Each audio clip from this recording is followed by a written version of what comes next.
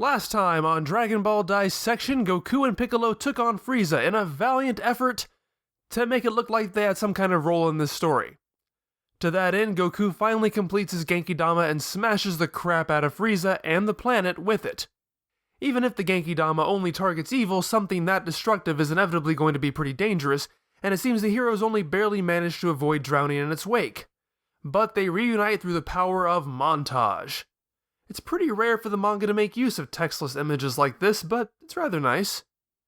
The reunion gives way to actual talking, with Kuririn suddenly freaking out, but it's a fake-out as it turns out that he only just remembered they forgot about Bluma. So everything seems hunky-dory when you turn the page, except that it's laid out on the opposite page in a full-page spread that Frieza is indeed right there. It's not often, or ever, that I talk about page layout, but a reveal like that really needs to be on a page turn because there's no way a reader is not going to be distracted by a full page spread of the supposedly defeated villain the whole time they're trying to make it through the opposite page. Frieza is pissed, and not because of that page layout thing, although he really should be. It's probably because he went through all that trouble to grow his tail back after Kuririn had cut it off, only to lose it again to the Genki-dama. He shoots Piccolo through the chest, proving once again what an ill-conceived idea it was to bring him to Namek when his life is tied to the Dragon Balls. Nope, I'm not letting that go! And then Frieza levitates Kuririn high into the air and blows him up. All of a sudden, something in Goku snaps. His hair turns golden and he becomes enveloped in a glowing aura and a furious disposition.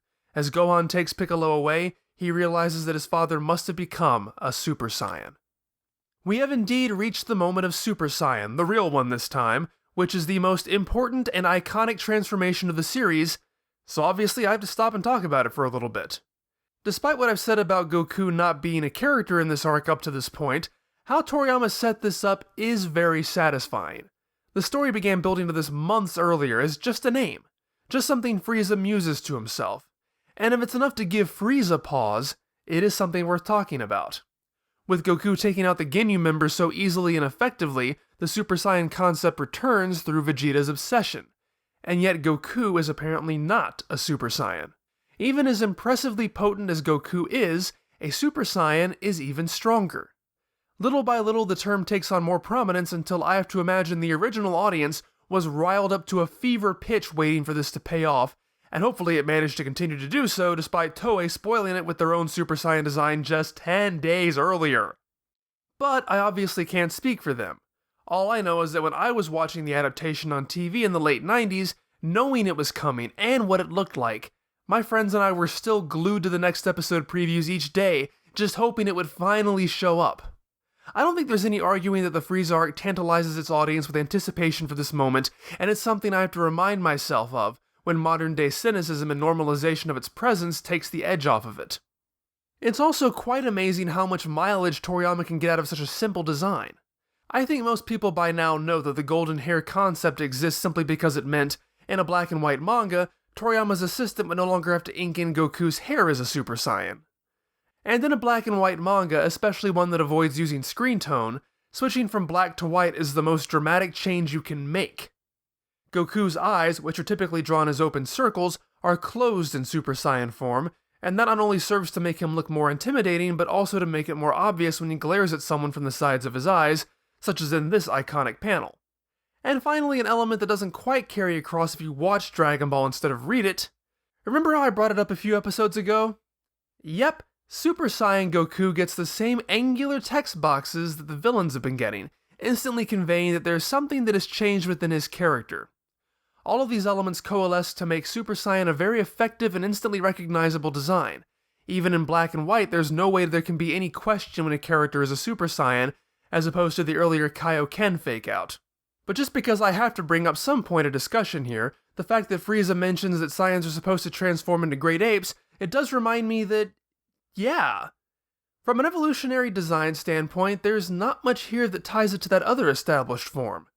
The great ape form seems like a logical extension of the tail, despite the fact that real-life apes don't have tails. As fantastic as the fur growing over the body is, it too ties in with the design of the tail and is rooted in classic horror. Super Saiyan is nothing like that.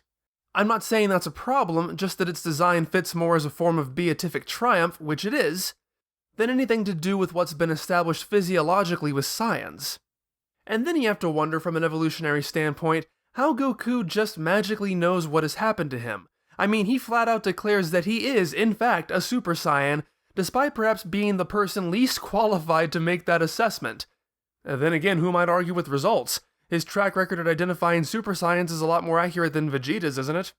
And even Gohan correctly guesses that his dad is a Super Saiyan. But how does Goku know with enough certainty to make a big speech about it? Is there some kind of lingering racial memory? How does he know that a Super Saiyan requires a pure heart awakened by rage, as he tells Frieza? You'd think Goku would be more terrified than anybody over what's just happened to him. Again, it's fascinating when comparing to the Great Ape form. There, the affected person is never even aware it's happened unless he manages to somehow master the state like Vegeta did, but Super Saiyan apparently does the exact opposite and dumps all the necessary information in the person's head. I totally accept the increased rage and reckless decision-making as a byproduct of a Super Saiyan, but that doesn't exactly seem to go hand in hand with increased speechifying. It may be an iconic moment, but I find it very much out of character. And since the contents of the speech are a hotbed of contention between fans of the original version and fans of the rewritten version put out in Funimation's dub, let me clarify by saying that yes, I feel it's out of character in the original version too. That look of his where he glares right at you is paralyzing.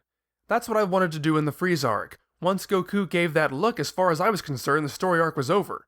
I was like, they have to start fighting now? What a pain!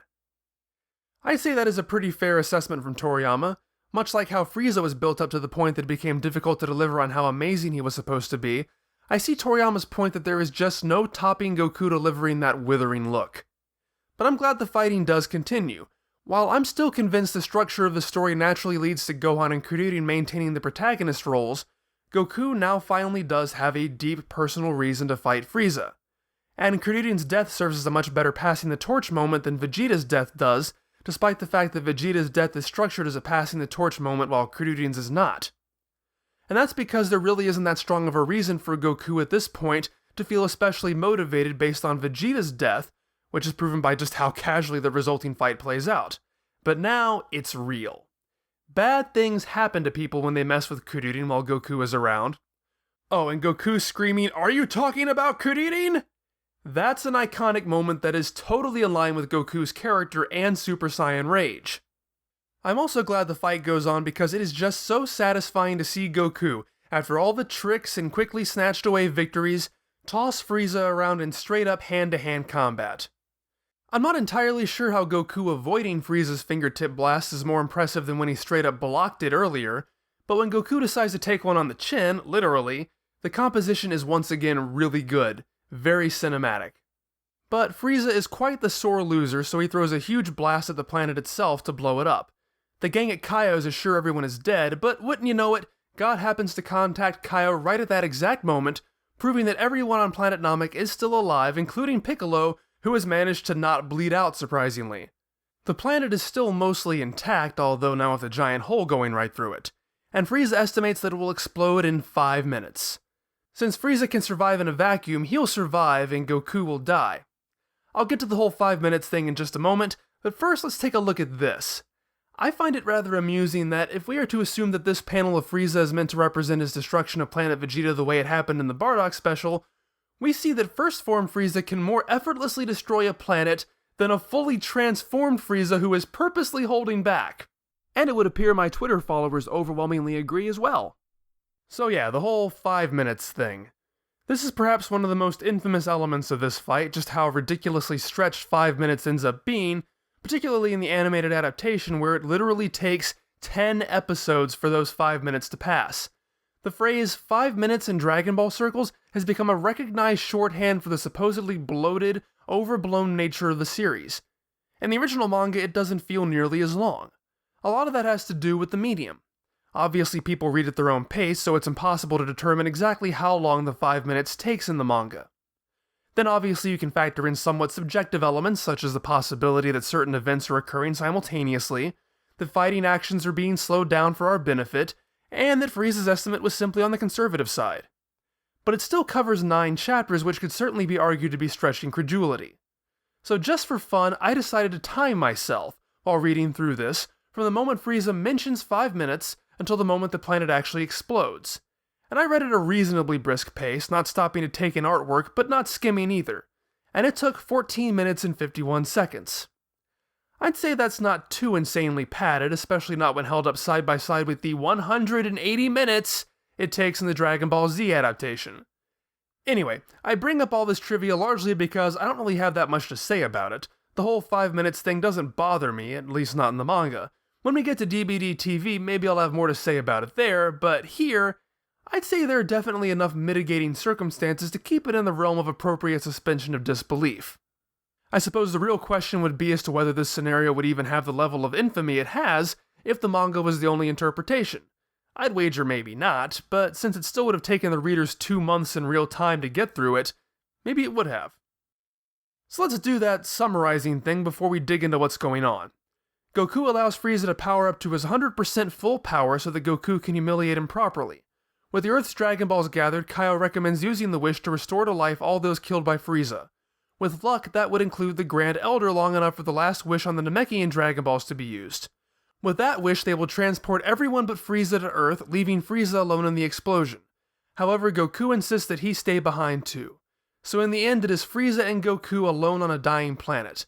But then Goku brings the fight to an end, stating there's no reason to continue, that Frieza can't win. What I love about this fight is all the creative plotting going on in the background.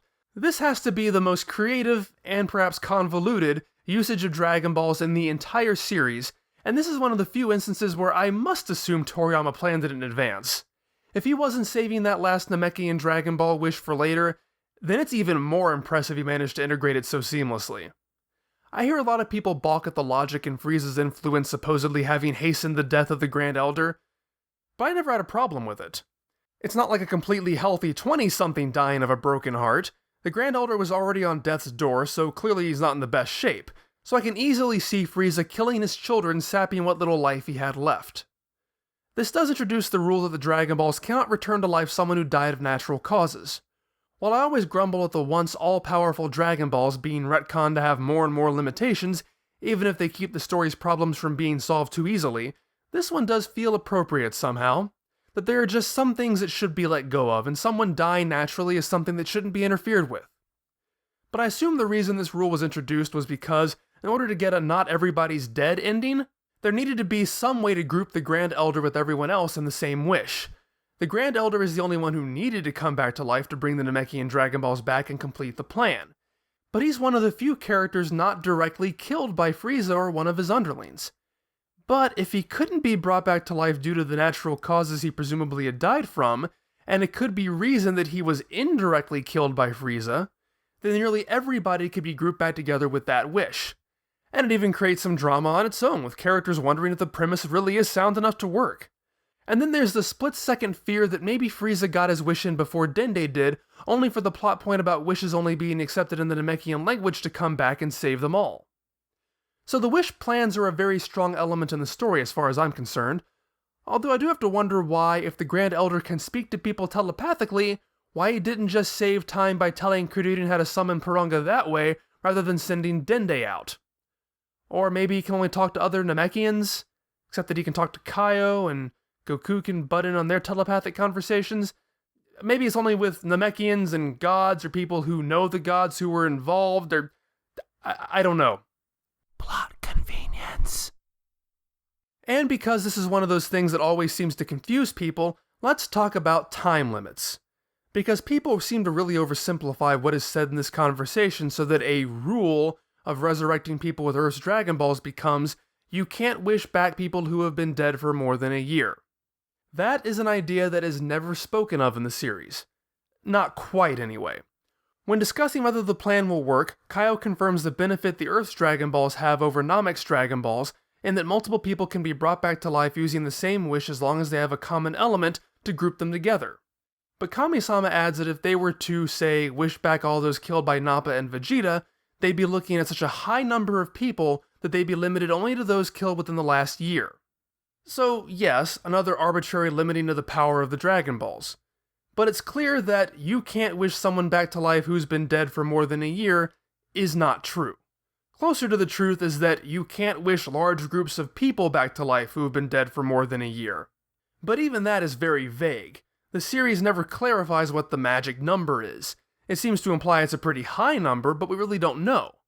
Maybe this is written in to explain why the inhabitants of planet Vegeta wouldn't have come back to life, possibly to avoid the somewhat grisly implications returning someone to life where a planet no longer is would entail, something the story itself will soon be addressing. Or maybe it was to explain why people like Mutaito never came back to life. And then there are the later mentioned concepts surrounding reincarnation that muddle the issue even further and are also never clarified.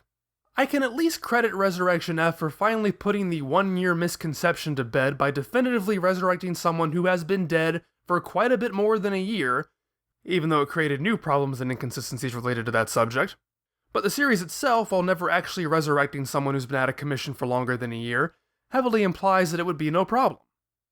Upa suggests Goku use the Dragon Balls to bring the Elder Gohan back to life, who has presumably been dead for longer than a year. When Kuririn dies, the gang unequivocally decides to put off bringing him back to life in favor of wishing for Piccolo to die, in which case they would have had to have waited another year. But of course you're saying, rather fairly, that the characters involved wouldn't have even known that would be the case. Well, how about the very scene we're talking about then, where Kaio asks his dead students if they wouldn't mind waiting another year to be wished back so their plan can go into effect? Obviously, it was never a concern for Yamcha, Tenshinhan, and Chaozu. Chaozu finally gets a line when he reminds us he can't come back to life anyway. So Yamcha and Tenshinhan declares that if Chaozu can't come back to life, then neither will he. So Yamcha. It's never a concern for Yamcha that he won't come back to life, and that's because there is nothing stopping him from coming back to life after a year. Before I sign off on this episode, there is one more thing I'd like to address.